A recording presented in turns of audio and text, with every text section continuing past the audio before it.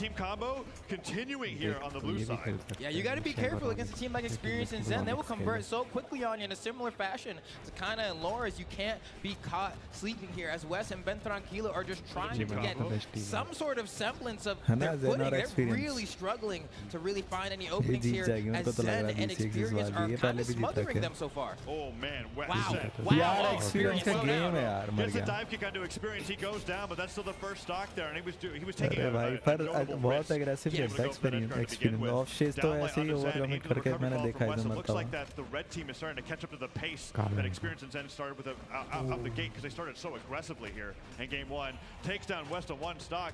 Oh, that's the team. No, hesitated on the down line, but then was able to pick it up on the right side of the stage. There goes Zen's first stock. Oh. West accidentally hit Ben Tranquilo with a web throw there, but still looking kind of rough for the red team here. Ben Tranquilo has a lot of damage racked up, Experience is charging full signatures in the corner of the stage, and that's the scary part about having Experience on your team, is that his ability to go ahead and take those calculated risks. And look at this conversion, we gotta slow down for a second here. They almost got that sidelight, but West. Oh, nice dodge. Dang. Dodges two gauntlet ground pounds in a row. The Nair into the side air, Ben Tranquilo does get the spike. Okay, Zen Pogo's Experience to safety so that he can save him with a recovery. What an amazing move. गलती से लगा था Pogo उसे कैसे cover up कर रहे caster साले पैसे खाए हुए he can't. The ground pound comes through and just like that they equalized to 2 stocks to 2. Tight battle here, game one. Zen and Experience still have a slight lead as far as damage is concerned, but West and Ben Tranquilo have fought back from the clutches of a very bad time. Yeah, West was down to 1 stock in like a minute, so he's been doing a fantastic job. Hold on to this, still the most damage. Wow. Oh, gravity catch the side light. Experience is a bit risky. They're nair to nair, but Zen saves with the end sig. A little bit of friendly fire into Experience means that they're going to go deep into the yellow, but it's the red team that's hurting the most here. Ben was ready for a follow-up there. West gets the side light. No, just barely misses. Okay, and West manages to touch the safety, but Ben Tranquilo also in a bit of a hazardous position. The recovery's not going to be enough from Zen. Ben Tranquilo lets a neutral stick rip. It's also not going to connect. West needs help getting back down. He's going to run to the corner. Now Ben Tranquilo getting caught in the blunder. They're going to get split up yet again. Okay, goes for the recovery. There's not able to fight a blue team's got control of center stage. West has this West team coming up the left side. N6 sends it away. Side sig, double edge guard opportunity. Goes for the ground pound, misses it. Experience and Zen take center back, but they manage to get the right side of the stage, and he doesn't get punished for landing that side air. West just dumps it. Oh, no save. Recovery. That's going to be Ben's last stock. West now in the 1v2. Oh, and the sideline recovery is gonna be it. Zen and Experience are able to take game one, but still a nail biter of a situation. West and Ben Tranquilo both could have won that game. There was just one strong attack. That one double edge guard sequence even could have just been the game for them. Yeah, that was a moment where I saw them both off stage. I was like, okay, the gauntlet ground pounds could go flying, but there was a little bit of hesitation on committing to that, and Experience did a fantastic job recovering with the cannon. So we're going to be going into game two. Game one started off with a fantastic team combo both on Ben and West. That led into West losing his first stock in like 20 seconds. They still managed to stabilize. They're able to avoid that from happening again. I could see Red Team bringing this to a tied game. Okay, let's see how this game number 2 is going to shape out here as Ben Tranquilo gets a nice punish there, because even though there's friendly fire involved, you're hitting 2 members of the blue team. Yeah. That's a worthwhile trade every day of the week. Oh no, Vem dips low. Experience doesn't want to go for it. Downlight sider puts Vem on the right side of the stage. Experience Sayers West to the left, and Sig's going to take Vem down, and so far they've had the target split. Let's see if we can get the edge guard here. Vem going all the way out for Experience, gets a down air. And then oh the clash from Zen. Compound goes for the save, but the weapon throw stops the save. Experience saved and then taken down again. Now going for Zen here. Spikes him into the right side of the stage. West with a double knockout, opening up game 2. Yeah, great start for Team South America here. Zen and Experience are going to try to fight their way back. Experience threatening an edge guard onto Ben Tranquilo, but you see West immediately dashing over to the side of the stage to go ahead and provide some assistance. Yet again, Ben Tranquilo getting these double punishes. That's so much damage on favor of the red team. Sidelight Nair gets the side air. Vem finally going down. Zen and Experience have an opportunity to get West.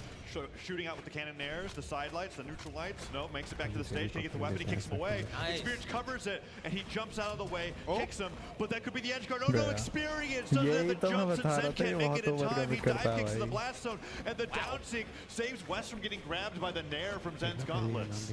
Which is interesting too, because you think it would also hit the guy that's grabbing you. That's the first time I've ever seen that. But it just didn't for some reason. But either way, I mean, we're recognizing here that things are starting to look a little bit rough for the blue team. West may lose the stock here. Gets the grab on Experience. What's happening off in the corner? Ben Tranquilo gets a grab to cancel sidelight Nair, but he has no dodge for a while. He's going to get it back in just in time. Experience trying to get this punish. Somebody is going to fall here as they're getting sent to the upper edges of the stage. It's still Experience that ends up being on the losing side there because he took so much damage on that last stock. Well, okay, this is one of those not really elite situations. Yeah, this is red team favorite. Doesn't look like it, but this is technically red team favorite because Experience has so much damage racked up here that you get one good sneeze on him, and it's going to be a 2v1 situation. That recovery almost taking him off the top. Onyx defense letting him survive a little bit longer there. Picks up the cannon. There goes the recovery from Zen. Falls down, goes for the Nair. What else is he going to be able to get here? There's the recovery, takes Zen down. Experience has to honestly use your cannon side airs to just like hover over the left side of the stage, weigh it out. Okay, West. So nice. Little little early on the ground pound there. Gets the pogo. That's going to be an experience to not touch that cannon there. Now Zen's in a 1v2. And yeah, this is where things get a lot easier for the red team here. Zen can potentially try to bring this one back. We'll need a weapon to do it first, though, or a crazy unarmed string off the side of the stage to get an early stock. But there we go. We have that spear in hand, and now he's going to hold the corner, probably hover around this platform to be able to have somewhere to run away to refresh some of these jumps. Oh, nice. Kettle D-Light side good for a Yeast combo coming out from the red team here. Zen on the Oh, if that ground pound hit, I don't think Zen's got the resources. He did touch. Okay, if he had that ground pound on Vem10 Kilo, he could have possibly won the 1v2. That was crazy. Nice side recovery. West and Vem10 Kilo get a point on the board. It's 1-1. Okay, and that's the response we were looking for from Team SA, right? A very close game one. Could have gone either way. Game two, they said, let's just lock in a little bit more and get and secure these knockouts so that we can put ourselves on the board, and that's exactly what they did. Experience this time around was the one that was losing his stocks early. Uncharacteristic for the Onyx tank on the team. Let's see if he can be able to stabilize here in game 3. West went down really early in game 1 and did absolutely amazing in game 2. So I think we just got ourselves a very close set on our hands. Let's see how this plays out here as they're both teams looking for their first opening. That's a good start for the blue team, but he didn't get anything else off that sideline. Trying to go ahead and hold the corner here. Experience playing a little bit more of a support role at the moment, but we'll see if they go ahead and swap. That's usually the role they occupy, but this one's a bit slower. Yeah, more floaty. They're both looking for their first like gauntlet nair, cannon, sidelight, but the one time that a nair was gotten, recovery. Let's get sent Vem to the left. Double down. Not going to be able to connect, but West gets a recovery on Onyx on the way back. Nice nair into onto experience. Vem now really putting on the DPS. Can they take experience's first stock here? Okay, nice side air again, coming up from Vem10 Kilo, catching Zen on the way down. We see West go for that neutral sig. It's not going to connect here. Sidelight recovery on both members of the blue team. One of them is going to follow those. Zen still hanging on by just a thread, but that's going to be a D-Light side air. That's going to make it really hard for Zen to get back. Cancel down sig, goes for ground pound here. Maybe no Zen manages to make it back, and experience gives him that cover with the cannon sidelight. Zen does go for the recovery, low and jumps off the left side of the stage. Team combo gets the sidelight. Double sidelight, gravity cancel, D-Light stare. Oh no! He ends up poking through. Vem didn't think he had the range. I think this उसको ना क्या नाम है उसको trend कला को वहाँ पागल है experience stock right away. I liked the play. It was Vem's first stock. They even ended up 4 stocks before, but definitely a risk worth taking. Yeah, especially if you're able to get that spacing just right and get a great signature or something there, that's going to be the stock just gone. But unfortunately, not quite going to work out. And now we have a bit of a tight battle here as we get a nice opening. Experience 1 minute तो वो चला गया ना क्या बोलते हैं so ready for West's follow-ups there. Sidelight nair again. West was getting hit, could not follow up off of that, and now look at how much damage he's gotten. They got disarmed by Vem there. Downer just got hit. Experience gets the stuff recovery effects with the Rayman. Rayman cancel. Ensig holds onto this stock a little bit longer than he should. Okay, and Ben is just looking for a weapon, but one has yet to spawn. There it is on the platform, but he won't get a chance to pick it up, getting caught by a flurry of blows there. Oh no, West! West gets hit by 5 strong hits from experience, and now he's so damaged that he can go down here. Ben gets the edge guard to side air. Zen, the only person with 2 stocks on the board. Okay, this one's going to be a rough one. So much damage has been racked up on a West already, right? That string from experience, really feeling that one now. But we'll see if they can bring it back. It looks like this could be in the favor of experience Zen, though, as they just need to find some strong hits on a West, and West keeps taking more damage. सबसे popular वो वाला है ना तो 2v2 की जो वो है क्या बोलते हैं जब एक ने मारा था don't get experience इसलिए याद है मेरे को they're really just focusing on getting champion. There's the nair. Okay, experience. ये वाली क्लिप पॉपुलर नहीं है 2v2 के सबसे पॉपुलर क्लिप वाली है जब लॉरेंस ने मारा था एक ने मारा था उससे काइना सॉरी क्या बोलते हैं अबे कैरेक्टर का नाम क्या है उसका यार काया Oh, and even right there, was actually able to get experience's dodge, but right in time for Zen to go ahead and save him, and they're able to pack up that last stock with relative ease there using the signature, and that's all it took. So Zen and Vem10 Kilo on either side have been bashed in consistency for both teams, and it's been a trade-off between who has been getting decimated first, whether it be West or experience. And whenever one goes down really early the game before, they end up making up for it in the game after. So if we're going to continue the pattern, West is going to really turn make sure to like the stream, guys. But it could be experience and Zen just taking this with a 3-1 victory at this point. They looked very solid in that last game. I'm inclined to agree. And starting off this next game, we can see Vem10 Kilo has already taken a fair bit of damage. West having a tough time breaking through the zone of the spear from Zen, right? You're having a little bit, you want to be able to dash and ground it, but there's that end light and those side lights. मैं करता था school time में भाई really rough. Nice Shwet was here. Sorry, text पे लिखा था बेंचो से क्या नाम है कंपास से श्वेत वाज यार नहीं भाई मैं तो अब कुछ लिखता था नेक्स्ट पे नाम तू मुझे पता क्या लिखता हो अरे नाइस क्या लिखता हो क्या मार है वेस्ली का भाई कुत्ता ना दे Wesley Wow, suddenly things looking a little bit more grim for the red team, but they're not. It's not that far out of their own. अबे यार क्या फॉलो होता है यार मजा आया था गेम देख के टूस का भाई इसका एक्सपीरियंस तो बहुत अच्छा है क्या स्पेसिंग कर रहा है ये कि पूरा स्पेस कंट्रोल कर रहा है इस टाइम में मैं ऐसा टूस का होगा ऐसा